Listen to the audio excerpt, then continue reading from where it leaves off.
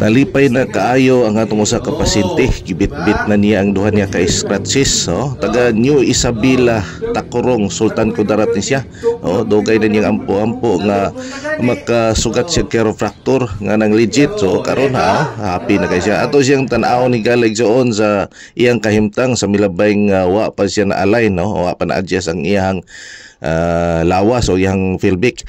Nabanggaan ni siya higalig soon dito sa Tacorong City. Nabanggaan ni siya og sakyanan mintras nga nagdrive siya sa iyang tricycle. Nabanggaan ni siya.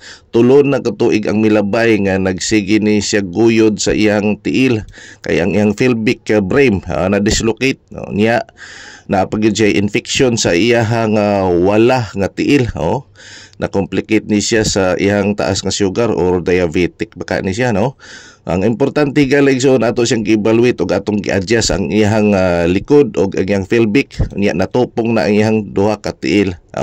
Nindot na kayo ang iyang kahimtang o niya kay kuan man ni siya, medical mission man ni siya sa Tacorong City.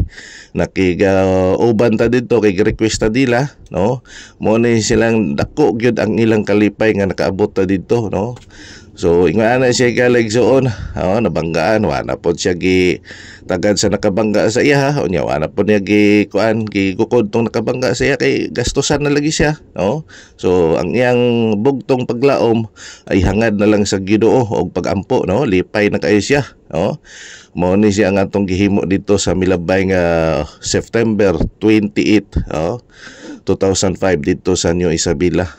Isa ni siya sa mga pasyente nga nakabenepisyo sa kaayuhan. Lipay na kayo siya. Yan ang aginod ang iyang lawas. Niya iyang gitindog kay maglisod lagi siyang tindog. Karon bit-bit na niya iyang scratches nga duha. So kadtong may mga balatian nga dislocate sa ilang filbic frame, sa ilang lumbar, parehas niya aning may edad na. So diri na kamo sa Jensen Chiropractic and Bone Center Clinic. Ato gyud siyang gisundan dito sa gawas sigalig soon. Ato gyud siyang gipanid-an, atong gikolekta ang mga video sa atong mga kaubanan to des gawas. Gibilin na skilid ang iyang scratches, nilakaw ditindog na siya. Ingana siya igalig soon, hay tulo ka tuig nga gidaladala nga kantos pero karon okay na. God bless you. Welcome ka Jensen.